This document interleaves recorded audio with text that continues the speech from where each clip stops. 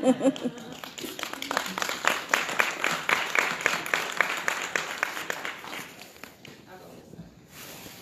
you all once again for having us. As Edie mentioned, my name is Kiana Hughes, and I am I'm the education director for Chicago Normal, and as she mentioned, I've been very instrumental in helping to develop a lot of our training classes and things of that nature. But today I wanted to talk to you a little bit about our Legalize Responsibly campaign, and that is our campaign for social equity and justice in the cannabis industry in Illinois for people of color.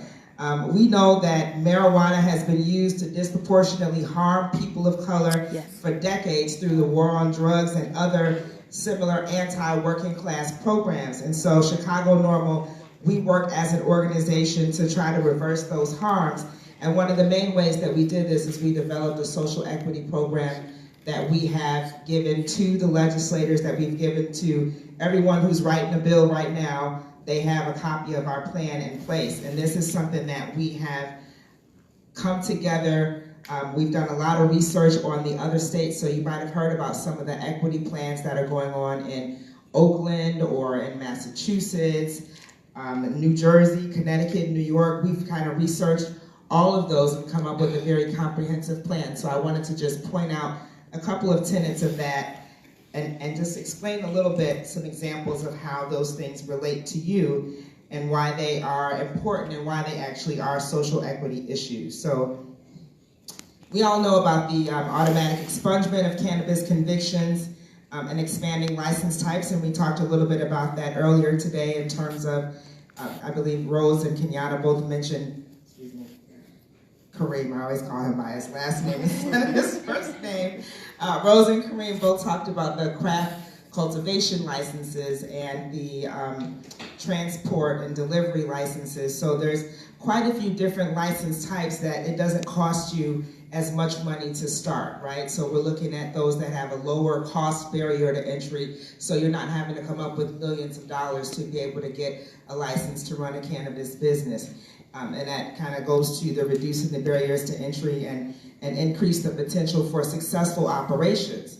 So if you don't have to have a warehouse, or if you don't have to build out a 10, 12, 20,000 square foot facility and figure out what is the security going to be for that and where is the space going to be. If you can have somewhat like a mobile dispensary, that's something that you can do fairly easily, and it's something that I've seen working in Oakland. I lived in Oakland for 4 months last year, and I was able to get my weed delivered to my door by a wonderful black lady who was an equity applicant who was able to, she's literally living the dream, right? And we were able to do it in broad daylight, and it wasn't, it was weird for me, but it wasn't weird for her.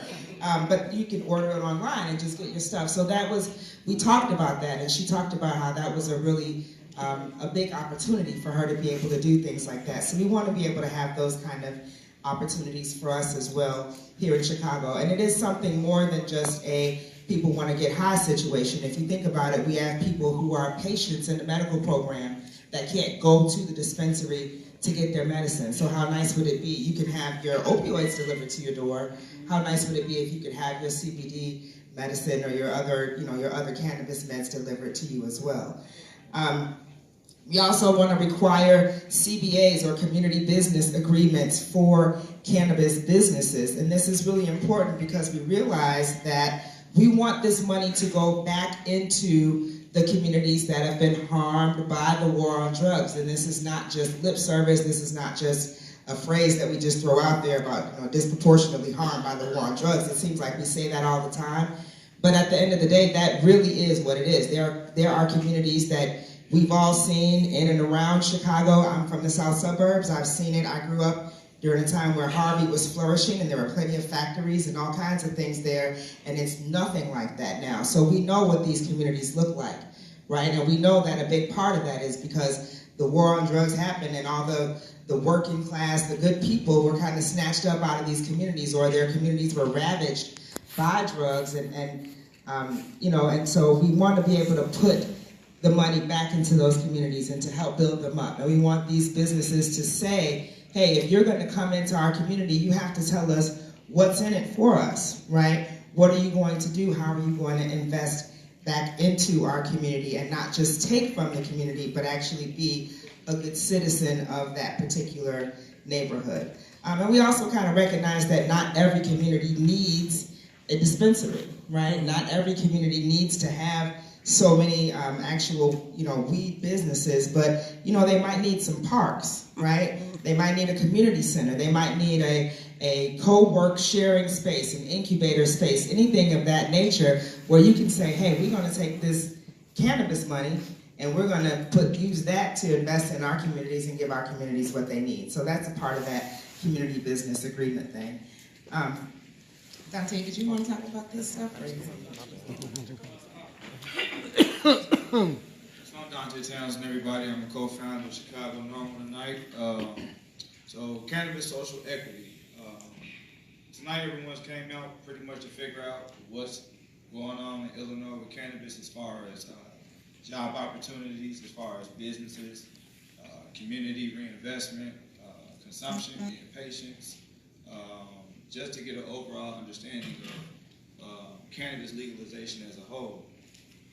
With social equity, it's one of the biggest things that's talked about today in the news or in the media, and it's really about minorities getting a fair chance at restorative justice, a piece of business. Like Marcus said earlier, there's so many industries that have flourished and passed minorities up, and this is one that we refuse to let happen. So cannabis social equity means that all of these billion-dollar businesses that will be coming to Chicago or coming to Illinois as a whole, Chicago Normal strives to be able to help the lawmakers create and develop different cannabis apprenticeship training programs, create different cannabis businesses and incubators and marketplace zones. When cannabis was first legalized on the medical level, one of the biggest problems that they faced was zoning laws. With so many different daycare centers on the south side, the zoning restrictions was huge. And even more just the structural breakdown of how we have these different businesses and also different things that can come from cannabis businesses to help rebuild our community is one big thing that comes from social equity by having these businesses in neighborhoods that are the most harmed by the war on drugs is what's always being said. But it's not about just legalizing cannabis, but we're about, like we say, legalizing it responsibly by making sure that we include everybody, especially the south side, the west side, the east side. We want this to be more than just a downtown thing or a north side thing, where minorities are getting locked up and not being able to participate in this. And us legalizing this here in Illinois and pushing social equity, that's one of the biggest ways that we can have a successful program to help Illinois flourish. So that's the next one. So I'll go a little bit just to wrap up Chicago Normal.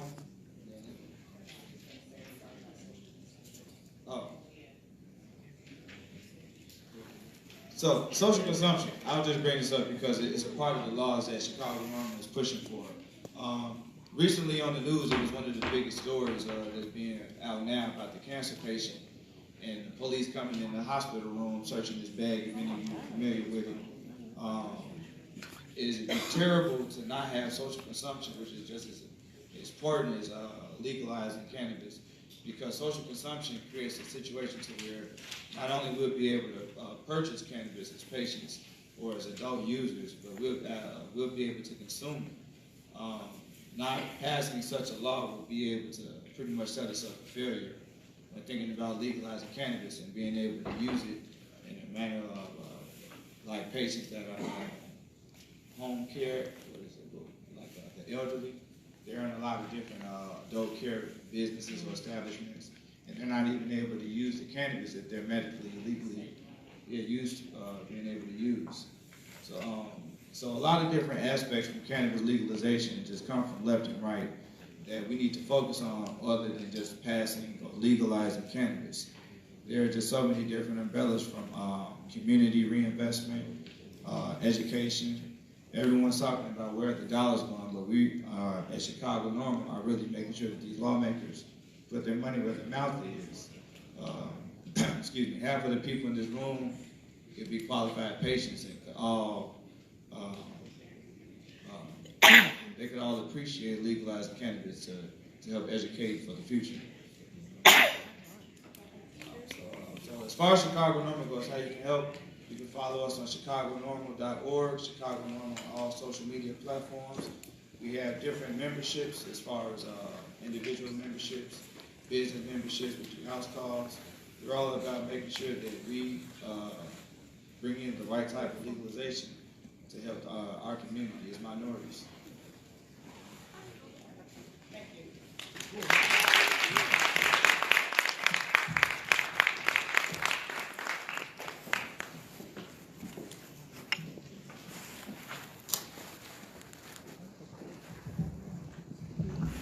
Okay, give another round of applause for Chicago Normal. So up next, we actually have a Black-owned business that is already in the dispensary game. So let me introduce Dan Pettigrew with Viola.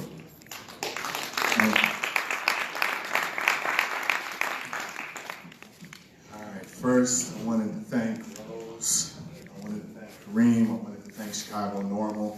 They're very committed people to addressing a serious issue, and they've approached it in a very selfless manner, which makes me feel better about the overall state of the industry. So I just wanted to, let me figure this out, but I wanted to kind of tell you my story as an operator in the space. Basically, I'm from the south side of Chicago. I went to Simeon High School, and I'm actually a graduate of the city colleges. So in about 2007, I was in a car accident. After that car accident, I had a couple medical procedures. You guys hear me? Yeah. I was diagnosed, basically the same old story. They wanted to put me on a bunch of opiates, and this was epidural spinal injections. It concerned me because I had friends that had drug addiction histories, and I just didn't want to go that route.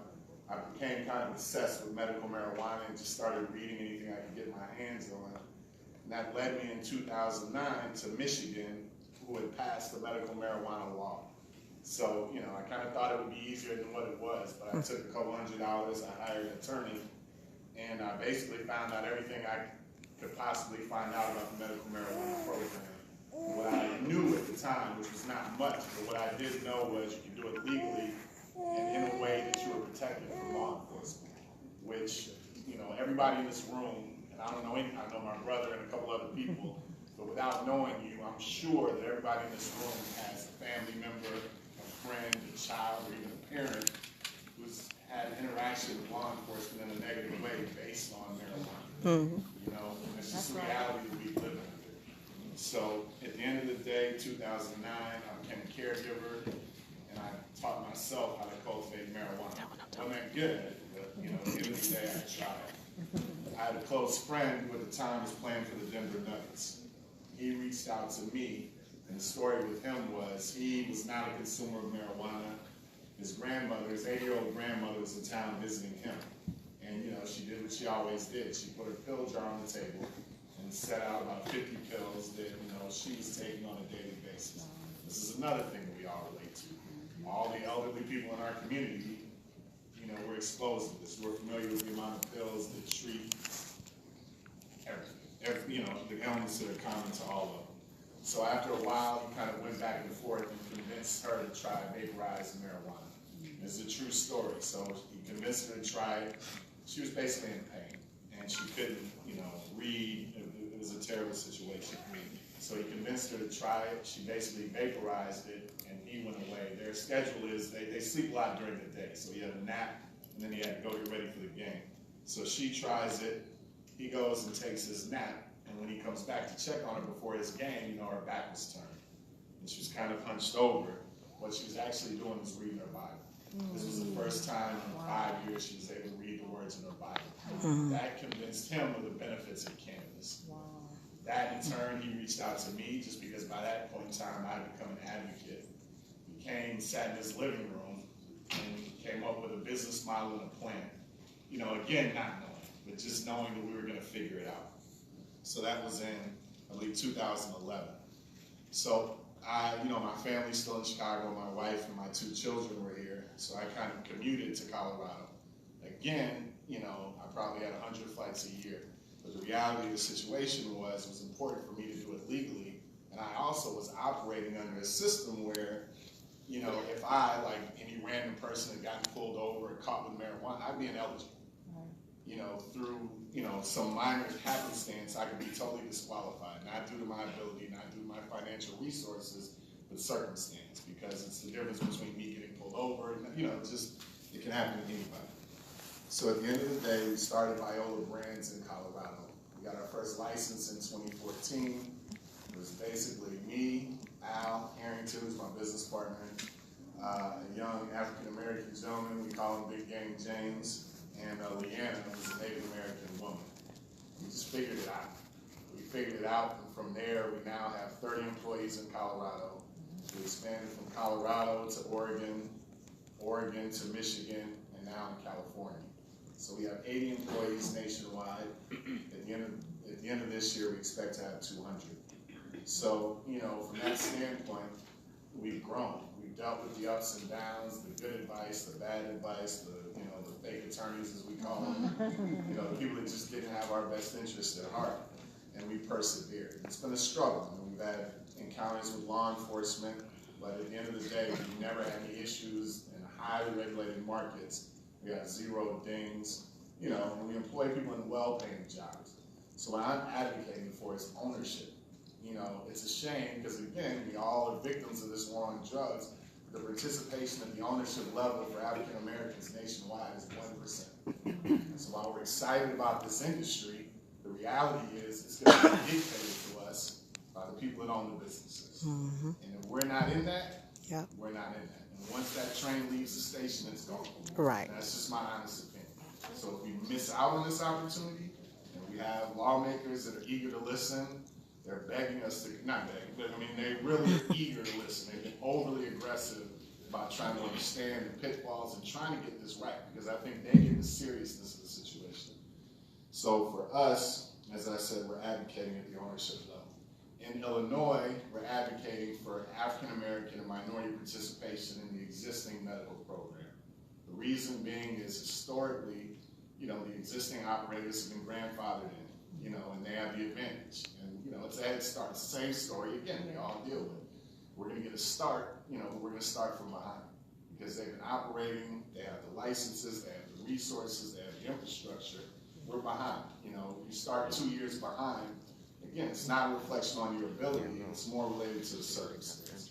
So we want to kind of even that playing field. And again, if you're not at the table as an owner, you know, that's just kind of what that is. So, all right, so anyway, so at the end of the day, the other thing we're talking about is, you know what I'm saying, the cultivation licenses. Cultivation is the foundation for the supply chain. If you don't have control of your supply, how can you really have a functioning business? So what we don't want is, again, minority participation where we're kind of set up to fail. You start a business, you can't get your supply, your prices are controlled, you have to buy your products from certain people, you're not really an owner. You don't really have a legitimate opportunity to be successful. And we don't want minority participation that's unsuccessful because then the argument becomes, well, we tried, nobody could do it, now it's no longer an issue, and let's move forward. So we're advocating for an additional 3 cultivation licenses in the existing medical program, specifically, you know, in urban locations and specifically for minority-owned companies. As far as the license types that exist, you know, we're all for the lowest barrier to entry possible. Yeah. So I think the delivery, the secure transporter, the micro business license is actually the one that I advocate the most for because we kind of started accidentally as a micro business. It's between, as I understand it, 6,000 to 7,000 square feet of canopy space. You can have a retail license. It's basically you have a vertically integrated business that doesn't have the $50 million startup cost, but it's something that I think can generate significant income. You have some issues with competition because at the end of the day, you're competing with scale. But, you know, to be honest, I just feel like if you give us a fair shot, we'll figure it out and we'll be successful. So I definitely support the micro business license. The delivery license, I go back and forth, but at the end of the day, if that provides an opportunity for people to get into the industry. We're all for it. And just, you know, as I evolve, my 85-year-old mother asked me for a cannabis cream to deal with her arthritis. She should be able to have that product delivered to her. She shouldn't have to get up, leave the house, go to, you know, a retail location and find that product. So at the end of the day, you know, we advocate for as many license types as possible. And, you know, the way it operates and the way it works in other states, kind of like every state is different. So we have multiple attorneys, the regulated, it's just separate. Illinois doesn't function like Michigan. Michigan doesn't function like Ohio. But, you know, I don't think anybody has gotten what these people are working on right. You know, and I think it's a unique opportunity for Illinois to kind of be the national leader of this. And as African Americans in Illinois, you know, if we can succeed here, I think we can succeed anywhere. The national leaders in this industry are Illinois businesses for a reason. They started in Illinois, they've expanded nationwide, and they've had a lot of success. So that's kind of it. You know, I'll be glad to answer any questions. I just wanted to share my story with you guys and share how this industry and having ownership in this industry has changed my life. It's changed my kids' life. It's changed my family's life. It's educated me. And there's nothing that I'm doing that I think a lot of other people who are given a fair opportunity wouldn't be in a position to take advantage of and wouldn't thrive at. So that's what I got.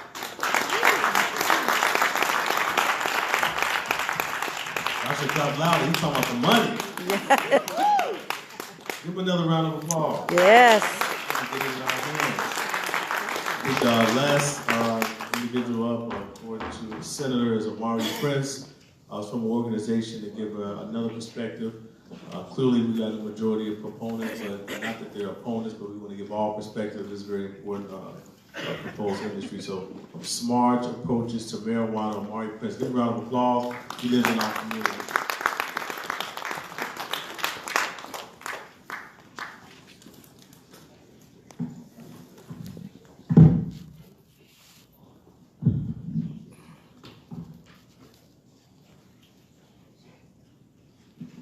Good evening, everyone. Thank you, Senator Sims. Thank you, Representative Evans, for inviting me this evening.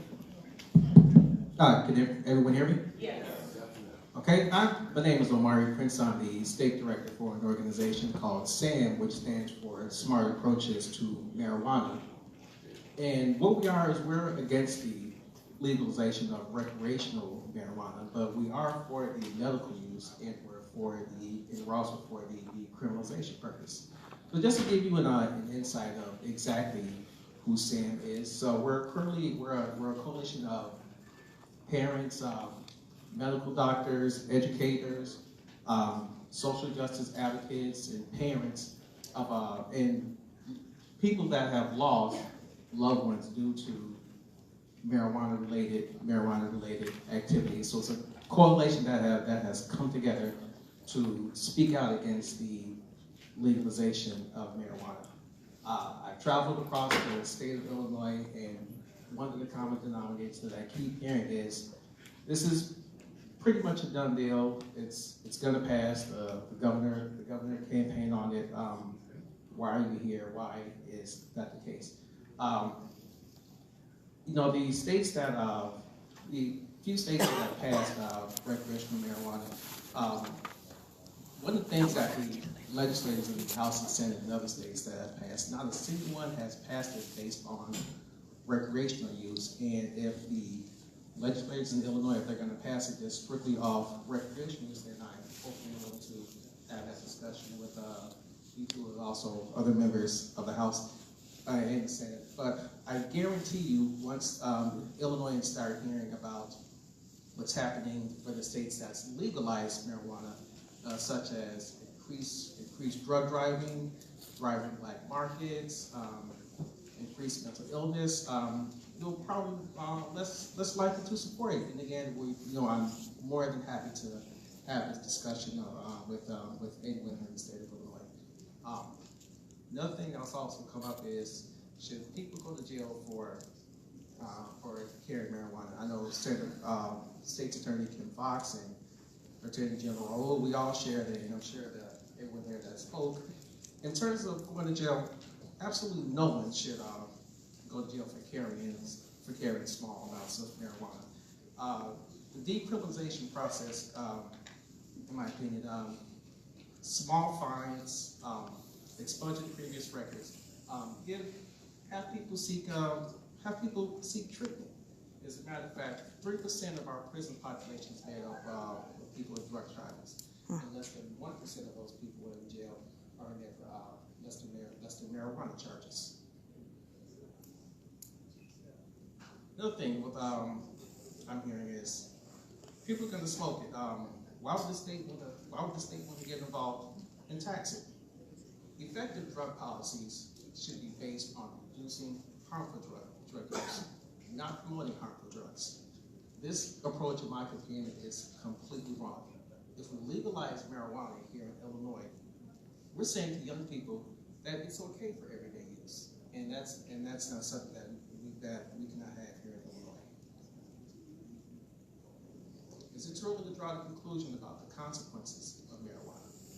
From the data that Sam has collected in other states that have legalized marijuana, it's clear that legalization has been a failed experiment, and I know this is high on Illinois' market. We should not expand that.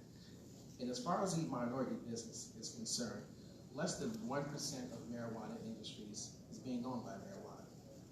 Been in several meetings where promises are being made to communities about marijuana. This is not about social justice. This is about profit, which is going to go to an overwhelming majority.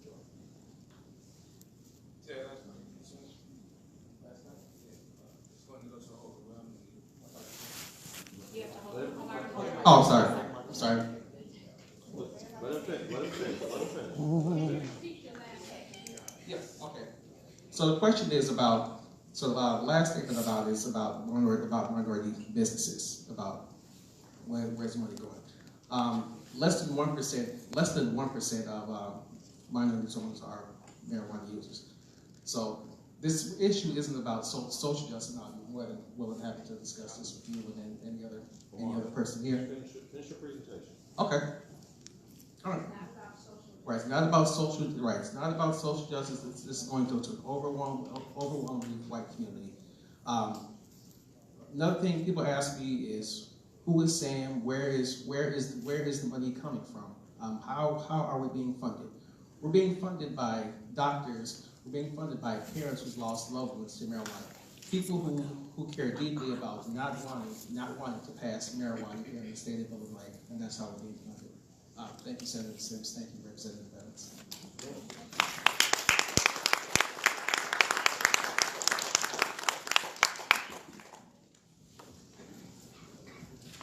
Now the portion of our presentation that I know you've all been waiting for is the questions. So let me say a couple of things. Again, we have two sides, pro and con,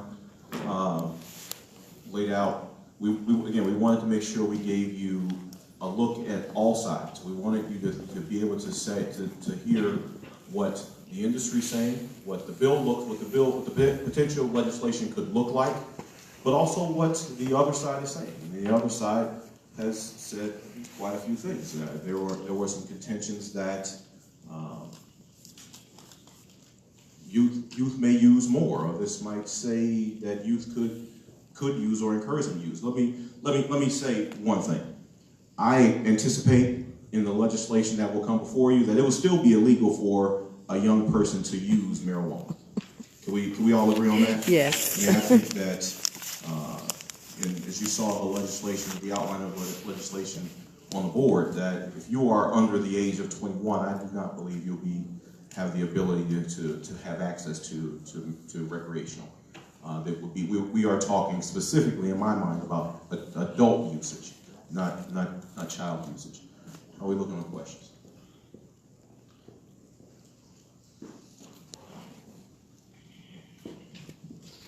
And I'm going to implore our experts to help me with some of these questions. So question number one, under current Illinois cannabis law, you cannot obtain a FOID card or your current one will be revoked if you use cannabis medicinally. How will this change be expanded with the legislation before us? Rose, you want to take that one? I'm not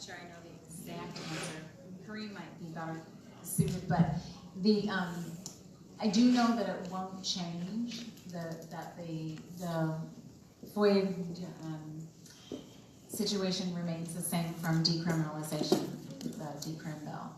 And I do know that if you have a medical card, and I'm sure maybe even you might know this too, but you can't purchase from a big box store. You can't purchase a weapon from a big box store, a gun, if you have a medical card. But how does it? That's right. We usually, here, I'll just take it out of this. Now, we usually tell people who ask us about the FOIA card is to, if you already have a concealed carry or a FOIA card, you'll be fine. You won't be disallowed to be in the medical marijuana program, but it may not go the other way. We usually just say get your gun stuff first, just to be on the safe side. And I think you're right about purchasing. So once you do have that, you won't be able to purchase from a big box store. Is that the way you? Yes. Okay. I'm sorry, clarification to that point. So are you saying that the new law? We don't know what the new law is yet. I don't think it'll change. The new law likely won't change anything. It'll stay the same. It'll stay. Yeah. There'll be medical patients will be prohibited from having it for. They'll be able to have it. It's up to the individual gun dealer, especially that's not big box. You can have it, but if a smaller independent dealer says no, then no. Yeah, you just wouldn't purchase from a big box. Question for Rose. Representative Emmons' bill proposes in-house growers of up to 24 plants and imposing $200 to $400 fines, not arrests for possession of over 224 grams, and allows persons to apply for sublicenses to grow and distribute and pay 10% tax on sales. What are your thoughts on adding this to your bill or on behalf of Senator Staines? There were a lot of things in there. As far as the home grow is concerned, that's one of the things that we've looked at very closely in other states. And we look at Colorado, God bless them pioneers, but they messed a lot of things up. And one of the big things they messed up was home grow.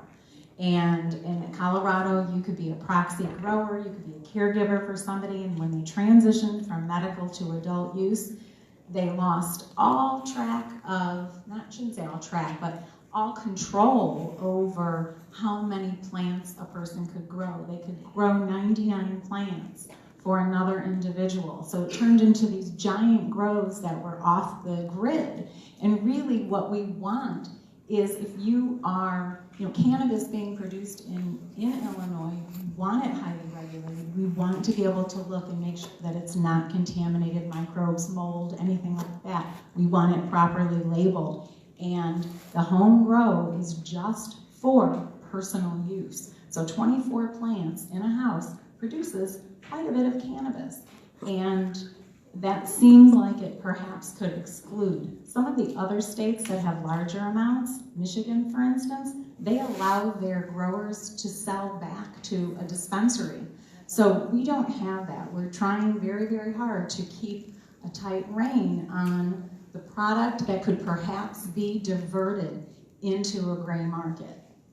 So recreational use would truly mean recreational use. So if you grow at home, you're growing for your personal use, for your recreational use. Everything you purchase and everything you grow is for personal use. It is 1 ounce maximum personal use. I just want to add on, personal doesn't necessarily mean recreational. Like if you're a patient and you need to juice cannabis, you need a lot of cannabis to juice cannabis. If you have to eat it, if you have to get it in every single meal and get all this CBD and CBN, and you have to get that whole, we talk about whole plant therapy. So when we're talking about home grow, like we gotta expand and we gotta think beyond, yeah, we're talking about adult use, right?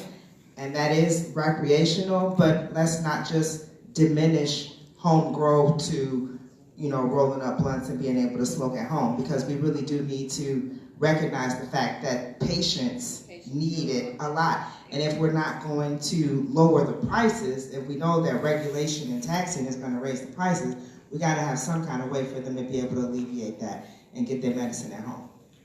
Thank you. The next one is more of a concern and a statement than a question. It says parents smoke marijuana and their habit comes to preschool and... I didn't know we was having a party. I didn't know we were having a party, but... Turn the lights off. Turn the lights off. Parents smoke marijuana and their habit comes to preschool and grade school when they are dropping off their kids. The kids smell like their parents. It's in their clothes and their coats and hats. Teachers should not have to teach in a classroom like this where kids and teachers get contact highs from the children. So, yeah, hey, y'all just want to say, nobody's advocating your responsibility. And, you know, that's what that is. And if you're, you know, at the end of the day, there's good parents and there are bad parents, but nobody would advocate consuming in front of a preschooler or anything along those lines. And can I also add one other thing I neglected to mention was that one of the issues in meetings such as this, a lot of input has come through, and one of the concerns from parents was that, and I've seen this with my own kids, is that the consequences for underage use are not in line with underage use of alcohol. So kids right now, if you are underage and you get caught drinking, you stand to lose your driver's license. And we didn't have that. We don't have that for cannabis. All we've said is it's all bad. 800,000 of you are using it, but it's all bad. And now what we're saying is we have, in our legislation, we will be bringing the consequences for use in line so that kids that are using underage can also lose their driver's license.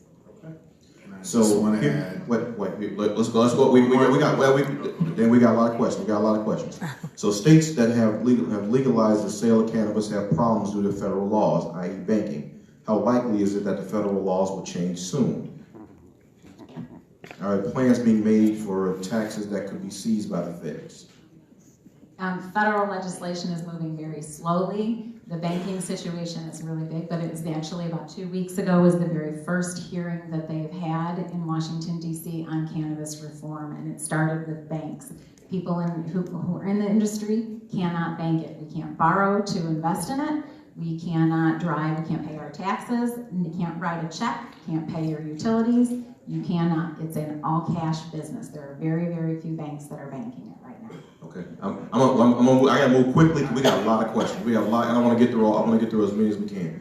So I'm gonna change the question a little bit. It says opportunity for black marketers, and I don't like that. I don't like that term because we don't say illicit market. We're not gonna say black market. So you know, because I associate black things with beautiful things, so I don't associate. I'm gonna change that. So what opportunities does the proposed bill provide to assist illicit marketers who want to legitimize and enter the cannabis industry? I would say the black and white market. I'm struggling with this one. The illicit and the non-illicit market are both distributing a Schedule 1 drug that is federally illegal. So what is going to be done to legitimize that as you enter the industry? Yeah, we get that. Well, that's the reason for creating all of the on-ramps and the smaller licenses. So we understand that people are selling cannabis right now in the unregulated market is what I call it.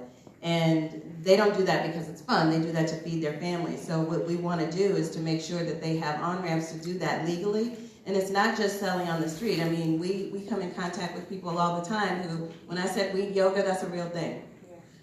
Who have businesses that right now can't get licensed, and we would like to be able to change that. And also training people who are creating edibles right now. They're doing that all over the place, and we know people right now who'd like to get licensed to be able to do that in a regulated market. So here's the next question. Location of businesses. The topic is location. This is a suggestion. I'm sorry, it's more of a statement. Employ a direct democracy approach to determining where businesses will be or will or won't be excluded. My fear is that elected officials will object to businesses in their ward or district due to personal biases or appeasing the current voting electorate, which tend to skew older or less informed about this industry. So we've had experience with that. Yeah. So next question, impact on government employees. How will legalization impact government employees? Government employees. I would say people working for the government. Yeah, it'd be all of them. I mean, Any employee, Government employees. any employer can restrict usage and can say and adopt a zero tolerance policy. And we definitely disagree with that because it's actually zero tolerance right now.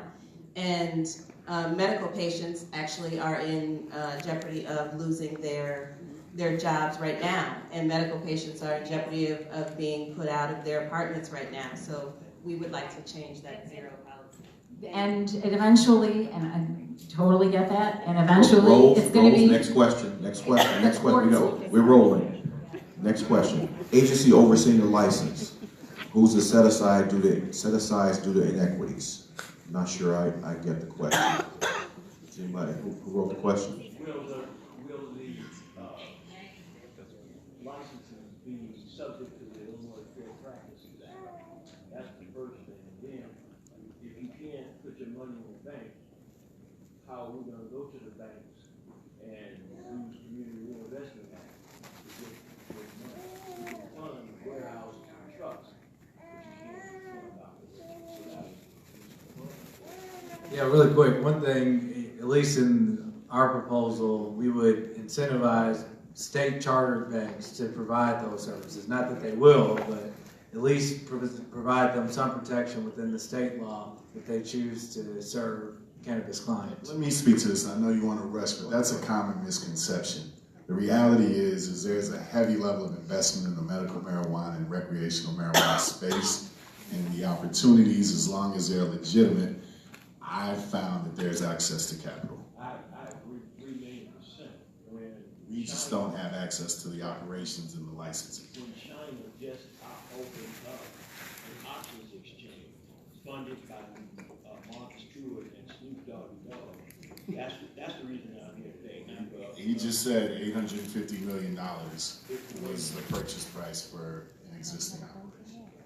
So, which is exactly why we're talking about that second meeting where we talk about the licensing and access to capital and things like that. We've got another dispensary here in the back of the room, Gresco. We're going to wave your hand.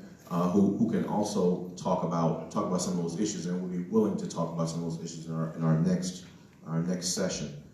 Here, next question is, please define local communities according to the legislation. Local communities, define local communities according to the legislation. Is that under the ROC program he's asking, or local? How are you defining local community? How do you define it? To the ward, to the county, to the what? Yeah. So how would you define it? I mean, that still has to be. I guess the question would be, who would have a say in what happens in that community? What elected official would have input? Sure. Well, if we're talking about just the ROC program, there would be a board that consists of both local and state officials that would help contribute to that. Based on the areas themselves, I mean, I think it would be determined, in like Chicago, it would be based off like neighborhood and ward. I don't know if we've gotten to the level of specifics where we've broken it down by county, ward, neighborhood yet. But to Rose's point of who's going to decide whether you can or cannot have a dispensary? that's a different question. That's the question. Oh, that's the question. Okay. Yeah, well, that's all determined by the state, and where the state will allow the locals to determine, similar to like a liquor store where you go to your local alderman or your city official to determine where that will go. The city city, county, whatever, will be able to kind of give you some direction in that sense. Whereas before, under the medical program, it was just the state that told you where these, where there was a dispensary cultivation center to go. So locals will have more control under recreational. Next question will be revenues affected by residents purchasing in Indiana. So over the years, Indiana has consistently gained from Illinois. Does the projected revenue account for the number of Indiana residents that will cross the border, as it's considerably closer than Michigan? Additionally, has there been any discussions to enact a non-resident surcharge? Good question. We've only talked about limiting the purchase price because it is illegal not purchase price, the purchase amount, because it would be illegal to transport it across state lines. The recent Staines and Cassidy commissioned a demand study that was released about a week or two ago. You could read in the Tribune or see me afterward if you'd like to look at that, but we did look at demand. Anybody who's living out of state but works in state, tourism, and we did look at all of that when I talk about the projected income. So this next one is a suggestion and a question. So the first question is, what percentage of the tax funds will be used for the ROC programs? We're still negotiating that, so not an answer. The second one is a suggestion. It says the best way to assist the community would be to focus on trade schools that teach cultivating and other skills that are necessary in the cannabis industry. These schools should be located in the affected communities. This is something that Chicago NORML is advocating for as well. And we've started, we're a small group now, but we have already started to give training programs, and as you saw in our presentation. We would just expand that. Okay. This is another suggestion, not a question. The ROC program board should be nimble enough to be reflective of the applying communities, regional advisory boards, perhaps having regional advisory boards. It's also important to have someone with lived experience on the board, i.e. someone from the regional community, history with marijuana, etc.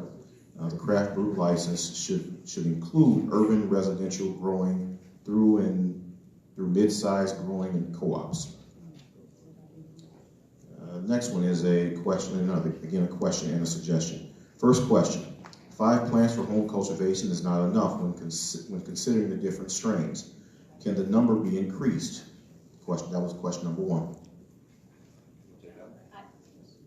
Bring it to the table. I would like it to be increased, but I think sometimes we talk about you write the bill that can get passed. I think it's a very fragile piece of the legislation, and law enforcement hates it. So here's the question number 2. Will home growers have the opportunity to become craft growers similar to the food cottage industry in Chicago? Well, I don't know that those two things would be related to each other, but there'd be no reason you couldn't apply for a craft grower. Okay, and then it says, the next question, why can employers have a zero tolerance for cannabis? It can't be regulated like alcohol. You can have a low blood alcohol level, but as long as you're not impaired, you're okay. Can't the same be applied to cannabis if the goal is normalization? Absolutely, and that's one of the reasons I said is that this is going to be decided in the courts. Massachusetts gone all the way to the state Supreme Court. A patient that was actually a job offer was rescinded, and she sued. Went all the way to the Supreme Court, and she had a drug test that she failed, and went all the way, and they ruled in favor of the patient. In Colorado, the exact same thing happened, and they ruled in favor of the employer. So there is a federal case now that's made it now in Connecticut, so we're really just watching that. It's going to be something that has to work its way through the courts. Okay. Next one is a question, explain a delivery license. How does a delivery license work? We are not contemplating a delivery license in this proposal. We are. Good answer. We are. We see it very similar to Uber Eats. You call your dispensary, you can't get out of bed, you call your dispensary. It's something that you can do online. A lot of companies are doing that now. And the dispensary agent fulfills the order, calls the Uber Eats person, so just so everybody can understand what I'm saying. And then your stuff shows up. All right. Yep. At your house for you. So here's the next question. 525 million isn't much in the whole scheme of things. Is there any appetite for a disadvantaged dividend type of program? Alaska residents get $2,000 per year for all the oil. Could Illinois residents in target communities receive a dividend regardless of industry involvement? I'd be fine with that. We have to get creative to take advantage of the opportunity to take finance. So we don't want to put undue burdens on the industry. I think we have to be open-minded to how the revenue is generated. gets returned to the communities that it comes from. Next question. Is the tax structure going to remain the same for medical users? Yes, right now medical is only taxed at 1% point of sale. Any tax, excise tax, or local tax that gets put onto cannabis would be a retail tax at point of sale. Okay. Next, can we explore a racial equity license distribution that encourages women and minorities and returning citizens to parties, to participate, returning citizens to participate in Head Start program, hold licenses for dedicated groups, and finance pipeline to industry programs for children and adults? Yes, I would say the Chicago Normal Social Equity Plan has a lot of those exact same elements in it, and I didn't get a chance to kind of tell you guys this when I was up there, but if you go to chicagonormal.org to the social equity page and click on Learn More, you'll be able to see kind of the full program, but all of those things are included in there. Okay. Next question. If studies have shown that the brain's frontal lobe is not developed until the age of 25, why are we allowing it to be used at the age of 21? Because people drink at the age of 21, so we're just trying to tax it and regulate it like alcohol. And one of the problems with the research on cannabis is they haven't had a chance to really dig and do a deep dive. So I'm not exactly sure where that 25-year-old number came from, but I don't know that that's accurate. It's one of the reasons we want legitimate research opportunities so we can explore all the potential benefits of the plant. Dan, to that point, I mean, there have been studies that, the Supreme Court has even said that, the frontal lobe does not develop fully until the age of 25. So those studies are already out there. Those studies are there. Well, I guess I'm telling you what studies say where the age number comes from. So that's out there. What I debate is that cannabis has a negative effect on that. Right, that's what he was saying. What is meant by the term harmed by marijuana activities? Is SAM a member-funded org, or do they supplement with commercial or interest lobbyist funds?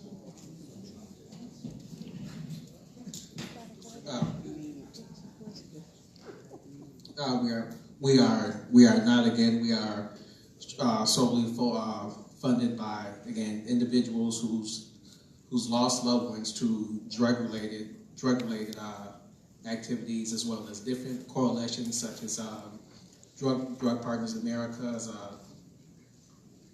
just different doctors and different hospital associations across the state. NAACP is Teresa Haley is a sponsor, one of the sponsors of ours, so that's how we get funded. What about the first question? What are drug-related accidents? Drug-related accidents, we had I'm not going to say the person's name, but she's from Drug America Free. She recently lost her mother due to someone driving while high. So that's a drug-related accident. Hold on. We are not gonna focus on one individual organization. We're gonna focus on issues. I got another question. So here, this is a suggestion, not a question. It says slide 8 to 9. I don't know which slide show you are referring to. This says, in order to speed up the transition to the legal market and the program to repair harmed communities, and is a no questions conversion program so that street level dealers can enter the legal industry. This is beneficial because they already have a customer base. A restorative justice component should be included in the legislation anyway. Last question. Currently, individuals with criminal records cannot own or partner in a dispensary or cultivation site. Is this going to change?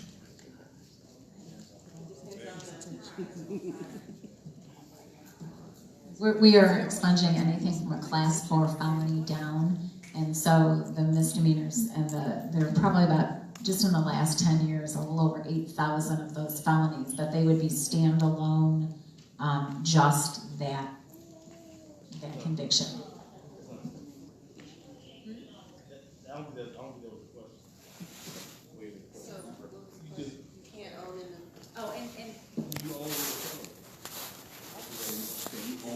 Own or work in the industry if you have a felony. So if you've got a UUW, you got an aggravated UUW conviction, can you then, 10 years ago, can you then participate in the industry? No, it depends on the felony. Right now, so you say it depends on the felony. So if it's a violent felony, then no. If it's non-violent felony, I mean, at this point, we're just looking at felonies related to cannabis convictions. The way that it exists now, though, the answer is no. And I believe that's the way it is in every state. And who knows, that could change over time, but as of right now, that's kind of close. All right. Everybody, give our panelists a round of applause.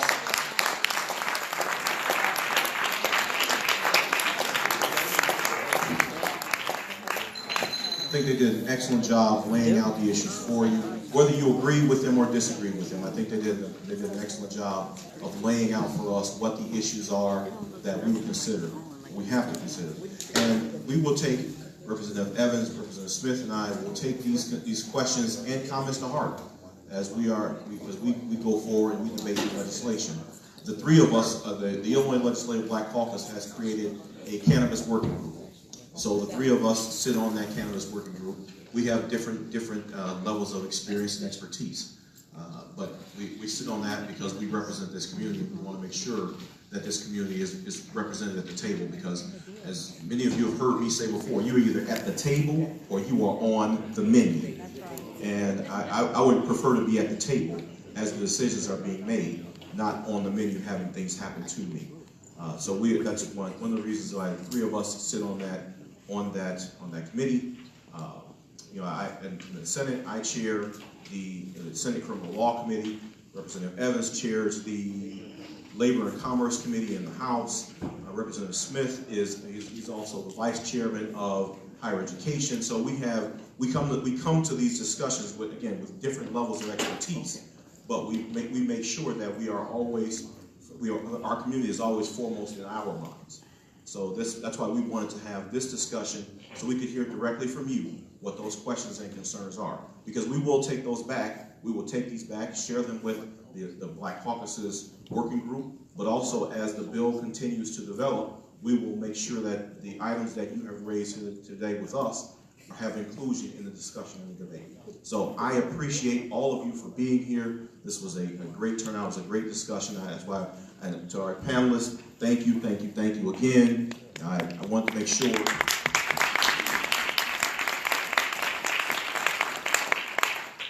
also want to make sure we got through all of your questions. So I know I want to push through, and we did that. So because it was important for me that we got all of your questions out into the open. So will you be hosting a licensing? Say again.